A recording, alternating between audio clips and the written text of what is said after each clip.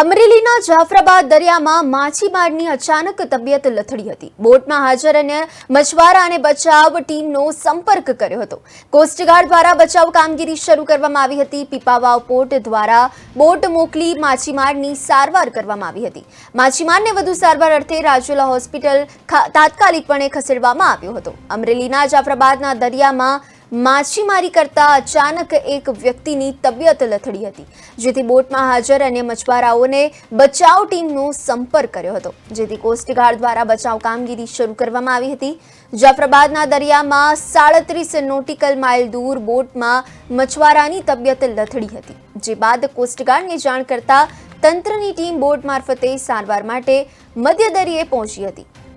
પીપાવાવ પોર્ટના આઈસીજીસી દ્વારા બોટ મોકલીને માછીમારની ઇમરજન્સી સારવાર કરવામાં આવી હતી અને ત્યારબાદ માછીમારને વધુ સારવાર અર્થે રાજુલા હોસ્પિટલ ખસેડવામાં આવ્યો હતો।